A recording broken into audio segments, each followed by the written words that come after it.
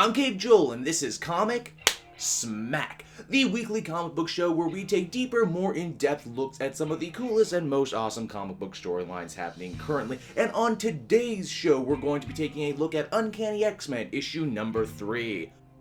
Magneto and his group of mutants have been checkmated at every turn by the dastardly Dark Riders. Who will Eric look to for help? Well, let's dig on into this issue and find out for ourselves, shall we? So, as the comic opens, Magneto and Psylocke are infiltrating an anti-mutant rally. These guys are all ticked off about the Mpox, which of course you will remember is what everyone thinks is killing humans, only as we found out in Extraordinary X-Men, it's the mutants that are getting sick, but people are just taking it the wrong way, and it's kind of confusing. And, you know, despite Storm pretty much clearing up that entire issue to the world, we still got a lot of angry people out here protesting. Magneto and his team are here today to save yet another mutant who has been marked for death by the Dark Riders, that being Christopher Muse, aka Triage, aka one of those mutants Bendis invented for his run that never did anything with. Man, looking at this guy here, he's aged about, I don't know, like 8-10 years since we saw him last. Even though it's only been 8 months in between now and Secret Wars, but I digress.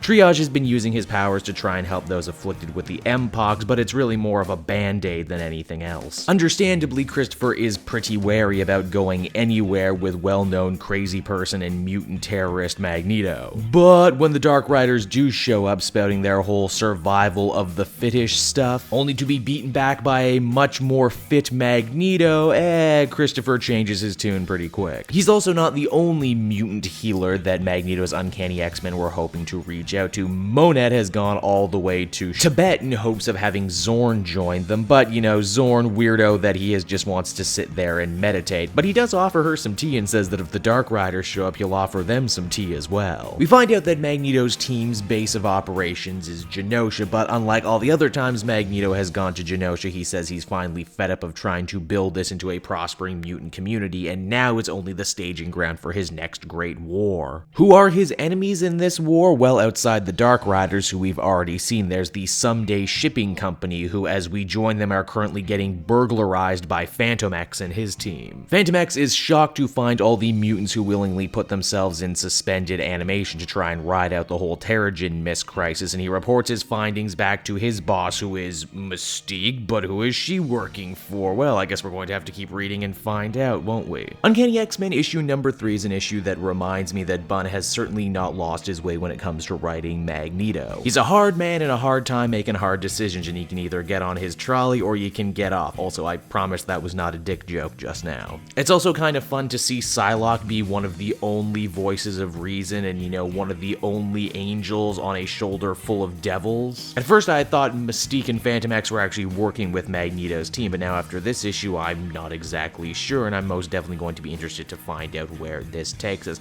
At the end of it, I feel comfortable giving this one an 8 out of 10. Hey everyone, thanks so much for watching my newest video. I hope you enjoyed it, and I hope you'll feel like checking out some more videos I have on offer here at Cape Joel.